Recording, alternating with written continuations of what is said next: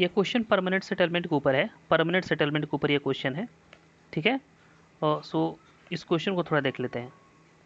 ये permanent settlement के ऊपर क्वेश्चन है, और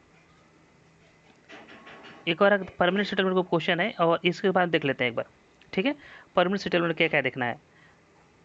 लैंड रेवेन्यू सेटलमेंट जो है ब्रिटिश सरकार जो है 3 लेकर आती है, ठीक है, 3। एक को बोलते हैं परमानेंट सेटलमेंट, ठीक है, एक को बोलते हैं रोयतवारी सेटलमेंट, और एक को बोलते हैं महलवारी सेटलमेंट, ठीक है। इन परमानेंट सेटलमेंट क्या हुआ था, सेटलमेंट जो है ब्रिटिश सरकार, ब्रिटिश इंडिया गवर्नमेंट डायरेक्ट जमींदार से करती थी। किससे, जमींदार से। मतलब ब्रिटिश जो है लैंड अलॉट कर देगी जमींदार को, और जमींदार को क्या करता था, रेंट पे करता था, ठीक है, रेवेन्यू पे करता था ब्रिटिश को।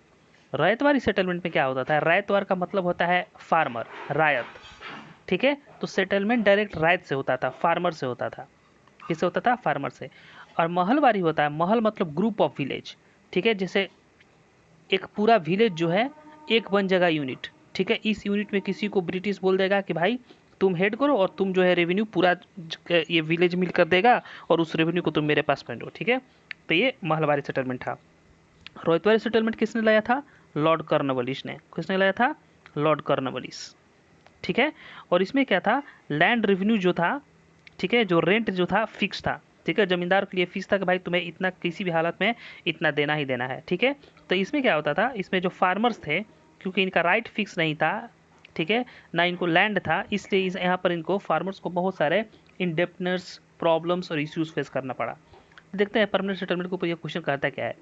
The land revenue to be paid was completely fixed permanently. बिल्कुल सही है, फिक्स कर दिया था। ब्रिटिश सरकार ने क्या किया था, ब्रिटिश सरकार ने जमींदार के साथ परमानेंट सेटलमेंट में जमींदार के साथ क्या किया था, सेटलमेंट जो है लैंड रेवेन्यू फिक्स कर दिया था कि लैंड, फॉर एग्जांपल ये लैंड है, तो ब्रिटिश सरकार ने बोल दिया था कि this land producers this amount of, इतना अमाउंट ऑफ गुड्स देन इसमें से कुछ भाग जो है 1/11 ऑफ द भाग जमींदार अपने पास रख लेता था, और बाकी सब जितना भी है 10/11 ऑफ द पूरा जो प्रोडक्शन हो रहा वो ब्रिटिश सरकार के पास है। इसका मतलब सेटलमेंट फिक्स था। Zamindar were recognised as owner of the land. बिल्कुल सही था। जमींदार वो खेत क्यों लेगा, खेती करने के लिए, तभी ना जब उसको पता चला कि मैं इसका ओनर हूँ, इसका ओनर पीसेंट नहीं है, ठीक है, तो ओनर ऑफ द लैंड था। लेकिन इफ अगर वो लैंड रेवेन्यू बराबर नहीं दे पाता था, तो जमींदार का जो ओनरशिप है वो खत्म भी हो सकता था, ठीक है। पेमेंट और ये सही है। Settlement ensures security of tenures and protection eviction to the pheasant.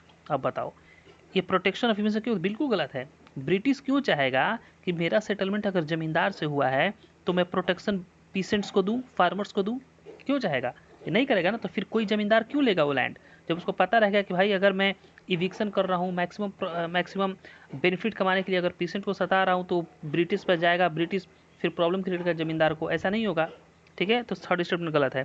Third statement को हटाते हैं, यहाँ से हट जाएगा थर्ड स्टेटमेंट, यहाँ से हट जाएगा, we are left with 2 statement.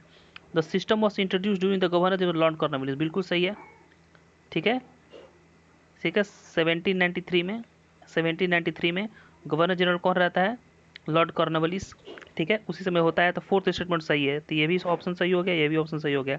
पहला स्टेटमेंट हमारा सही है, तब इसका आंसर कौन सा हो जाएगा, बी ऑप्शन। Thank you.